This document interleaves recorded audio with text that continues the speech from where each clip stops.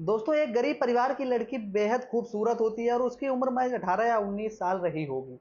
उसके माता-पिता लड़की के पास मोबाइल फ़ोन लेकर जाते हैं और उस लड़की को एक फ़ॉर्म भरने के लिए कहा जाता है। और जैसे ही लड़की को फ़ॉर्म भरने के लिए कहा जाता है, तो उस फ़ॉर्म में करीब 20 पॉइंट दिए गए थे, 20 बिंदु दिए गए थे। उनमें जैसे लड़की का नाम क्या है, पिता का नाम क्या है और लड़की की जन्म तिथि क्या है, और इसी के साथ-साथ लड़की भी खुश थी और उसके माता-पिता भी खुश थे। जब लड़की जैसे-जैसे फॉर्म को आगे पढ़ रही थी, तो उसमें लड़की के प्राइवेट पार्ट की लंबाई भी माँगी गई थी कि लड़की के प्राइवेट पार्ट की लंबाई कितनी है, और उसने पिछले 15 दिनों में बीते किसी के साथ शारीरिक संबंध तो नहीं बनाया, इस तरह के भी चीज़ें दी गई थी। माता-पिता में अब खुशी की लहर उमड़ रही थी, क्योंकि वो धन वर्षा के लालच में अब करोड़पति होने वाले थे, क्योंकि अब उनकी गरीबी दूर होने वाली थी। लेकिन ना जाने उनके साथ-साथ ऐसी कई लड़कियों के फॉर्म भरवाए जा रहे थे, उनके प्राइवेट पार्ट को चेक किया जा रहा था। लेकिन जब इस घटना का खुलासा होता है, भंडाफोड़ होता है, तो हर कोई हैरान परेशान हो जाता है कि आखिर ऐसा कैसे हो सकता है, इतना अंधभक्ति में लोग कैसे विश्वास कर सकते हैं। लेकिन जिसने इस घटना के बारे में सुना, उसे घिन आ जाती है कि आखिर ऐसा कैसे हो सकता है। नमस्कार दोस्तों, मैं हूं पुष्पेंद्र सिंह कुशवाहा। उम्मीद करता हूं आप सब अच्छे होंगे, सुरक्षित होंगे। दरअसल आज की जो सच्ची घटना है, ये घटना है उत्तर प्रदेश का। एक जिला लगता है संभल, थाना लगता है धनारी, गांव है बमनपुरी।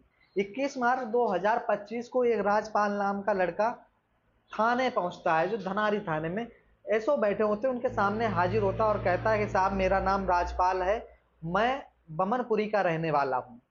यह बात जैसे ही एसओ साहब सुनते हैं, तो पूछते हैं तो क्या हुआ। वो कहता है कि मैं उल्टा पैदा हुआ हूँ, मेरे अंदर विलक्षण प्रतिभाएं हैं।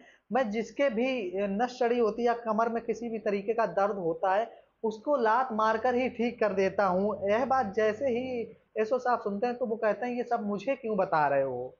तो वो आगे कहता है कि दरअसल साहब, मेरे उल्टे पैदा होने की वजह से ही आज मैं जिंदा हूँ, नहीं तो ना जाने कब का मर गया होता, वो लोग मुझे जान से मार देते। दरोगा जी का कहना था, उधर थाने में जो भी लोग थे वो चुपचाप सुन रहे थे उसकी बातें। उनको ये लग रहा था कि ये जो बातें बना रहा है, सब झूठ बना रहा है, कहानी की तरह बता रहा है। लेकिन एसओ साहब तुरंत उससे कहते हैं कि आगे क्या हुआ, आगे बताओ।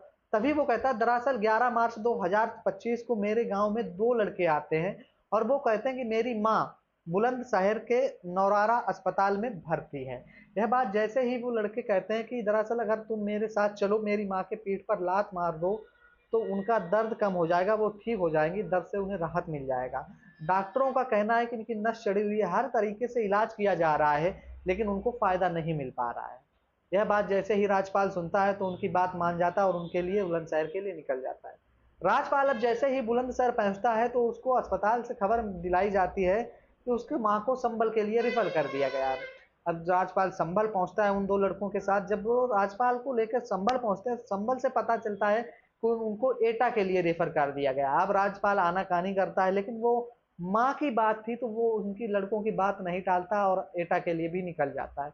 जैसे ही वो एटा के लिए निकलता है, तो एटा पहुंचने से पहले ही उनके पास एक फोन आता है और कहता है कि माँ को दरअसल आगरा के लिए रेफर कर दिया गया है, तुम एटा मत आओ, सीधे आगरा आ जाओ। अब उस लड़के को आगरा ले आया जाता है और एक कमरे में उसको कुछ खाने का सामान दिया जाता है। राजपाल कहता है, जैसे ही उसने कुछ सामान चीज खाई है और जैसे ही उसने कुछ चीज खाई थी, उसके बाद उसे कुछ होश नहीं रहता, उसकी आंखों की तरह धुंध छा जाती है, अंधेरा छा जाता है। लड़के को कुछ नशीला पदार्थ दिया गया था। लड़का अब बेहोशी की हालत में हो जाता है, लेकिन जब लड़के की आंखें खुलती हैं, तो वो अपने आप को बंधा हुआ पाता है और एक ऐसे कमरे के अंदर पाया जाता है जिसमें बहुत ज्यादा अंधेरा था और कमरा बहुत ज्यादा भयानक था। कमरे में पूरा तंत्र विद्या का ही सामान था। चारों तरफ रंगीन सिंदूर फैला हुआ था, नींबू कटे हुए रखे हुए थे। अब लड़के जो वहां पर व्यक्ति मौजूद थे, लड़का राजपाल, तो अब वो चीज देखता है, हैरान परेशान होता है, क्योंकि अब उसको भरोसा हो गया था कि अब वो यहाँ से जिंदा बचकर नहीं जा पाएगा। लेकिन कहा जाता है ना कि अगर ऊपर वाला चाहे तो क्या नहीं हो सकता। इसी बीच में जो लोग अंदर तांत्रिक विद्या कर रहे थे, उनको किसी का कॉल आता है और वो वहां से सभी वहां से चले जाते हैं। अब लड़के को मौका मिल जाता है। लड़का जोर जोर से चीख रहा था, चिल्ला रहा था। उसकी चीखे पुकार सुन के जो आस पड़ोस के लोग थे, मकान के जो मोहल्ले में लोग रहते थे, उन तक पहुंच जाती है। आसपास के लोग सुनते हैं कि इस घर से इतनी जोर चीखने चिल्लाने की आवाज क्यों आ रही है और बाहर से ताला भी लगा हुआ है। जब मोहल्ले वाले जाते हैं, ताला तोड़ते हैं और ताला तोड़ने के बाद उस लड़के तक पहुंच जाते हैं। क्या देखते हैं मोहल्ले वाले के कमरे में लड़का बंधा हुआ पड़ा है और जोर जोर से चिल्ला रहा है। लड़के को आजाद किया जाता है। लड़के को आजाद कराने के बाद लड़का वहां से फरार होता है और सीधे पहुंच जाता है धनारी थाने। धनारी थाने पहुंचने के बाद वो पूरी आप बीती एसएसओ साहब को बता रहा था। तो थाने में जितने भी पुलिसकर्मी मौजूद थे और अधिकारी मौजूद थे, वो सब उसकी बातों को एक टक होकर सुन रहे थे, क्योंकि वो कोई कहानी की तरह ही सुना रहा था। क्योंकि आजकल ऐसी वास्तविक दुनिया में तो ऐसा होना संभव नहीं है। जो फिल्मों में दिखाया जा रहा है वो उस तरीके की कहानी को पूरा बता रहा था। लेकिन काफी दबाव के बाद, काफी प्रेशर के बाद जो थाने में अधिकारी मौजूद थे और दरोगा जी मौजूद थे, उसकी एफआईआर दर्ज करते हैं और छानबीन में लग जाते हैं। इसी बीच में जो राजपाल है उससे पूछताछ की जाती है कि आखिर तुम्हें उन लड़कों से मिलाया किसने और वो लड़के जो आए थे वो कहाँ के रहने वाले थे। इसी बीच में वो कहता है बमनपुरी के ही दो लड़के हैं जिनका नाम, एक का नाम लाखन और दूसरे का नाम रिंकू है, उनके द्वारा ही उन्हें उन्हें दो लड़कों से मिलाया गया था, जिसका नाम, एक का नाम अजय होता है और दूसरे का नाम दुर्जन सिंह होता है। ये दो लड़के बाहर के रहने वाले होते हैं। अब लाखन रिंकू को पकड़ा जाता है, जब उनसे पूछताछ की जाती है तो वो अजय का भी पता बता देते हैं और दुर्जन का भी पता बताते हैं। अब पुलिस की गिरफ्त में चार लोग थे। अब उन चारों से पूछा जाता है कि आखिर तुमने ऐसा क्यों किया। तभी उनको बताया जाता है कि मुझे धन वर्षा ग्रुप से एक ऑफर दिया गया था कि तुम एक ऐसे व्यक्ति को लेकर आओ जो उल्टा पैदा हुआ हो, तो मैं तुम्हें 5 लाख रुपए दे दूंगा। दरअसल बच्चा जन्म लेते समय किसी का सिर पहले बाहर आता है और किसी के पैर बाहर आते हैं। जिसके पैर बाहर आते हैं पहले, तो उसको उल्टा जन्म लेना माना जाता है हमारे यहाँ। तो ऐसा ही चलता आ रहा था, उनसे पूछताछ की जा रही थी। इसी बीच में पुलिस को जो जानकारी मिलती है धन वर्षा ग्रुप की, उनसे तहकीकात की जाती है। लगातार पुलिस उनके ठिकानों पर दबिश देना शुरू करती है। फिरोजाबाद, बुलंदशहर, संभल, एटा, इटावा और आगरा जैसे शहरों में पुलिस ने कई ठिकानों पर दबिश दी। करीब 14 लोगों को गिरफ्तार किया। 14 लोगों को जब गिरफ्तार किया गया तो इनमें जो कम पढ़े लिखे लोग होते हैं उनको फील्ड पर उतारा जाता है, फील्ड पर भेजा जाता है, और जो पढ़े लिखे व्यक्ति होते हैं वो तंत्र विद्या किया करते हैं। कम पढ़े लिखे लोग ऐसे घरों को टारगेट किया करते थे जिन घर में बहुत ज्यादा खूबसूरत लड़कियां होती हैं और उन लड़कियों को जो आर्थिक स्थिति होती है वो सही नहीं होती है। खासकर उन माता पिताओं से संपर्क किया जाता है जिनकी आर्थिक स्थिति सही नहीं होती है और उनकी बिटियां खूबसूरत होती हैं। और उनको पूरा प्रोसेस बताया जाता है कि अगर तुम 20 पैर वाला कछुआ लाकर दोगे तो मैं तुम्हें 1 लाख रुपए दे दूंगा, या तुम मुझे उल्लू बाप दोगे तो मैं तुम्हें 1 लाख रुपए दूंगा, या तुम 2 मुंह वाला करीब 3 या 2.5 किलो का सांप मुझे लाकर दोगे तो मैं तुम्हें 1 लाख रुपए दूंगा। और इसी के चलते उनको एक ऑफर दे दिया जाता है कि अगर तुम्हारे यहाँ नौजवान एक खूबसूरत लड़की है, अगर उसको तुम बेचते हो, उसके ऊपर तंत्र विद्या की जाएगी, तो तुम करोड़ों, लाखों नहीं करोड़ों कमा सकते हो। गरीबी दूर करने का मन में विचार बना लेते हैं। इसी बीच में अपनी लड़की को एक फार्म दिलवाते हैं और उसमें फार्म में जानकारी दी जाती है। जानकारी यहाँ तक लड़की के प्राइवेट पार्ट की भी दी जाती है, उसके स्तन की साइज क्या होता है, उसकी कमर का साइज क्या होता है, उसकी उम्र क्या होती है और उसकी लंबाई 5.5 फुट से ज्यादा होनी चाहिए। इस तरह के करीब 20 बिंदु दिए जाते हैं।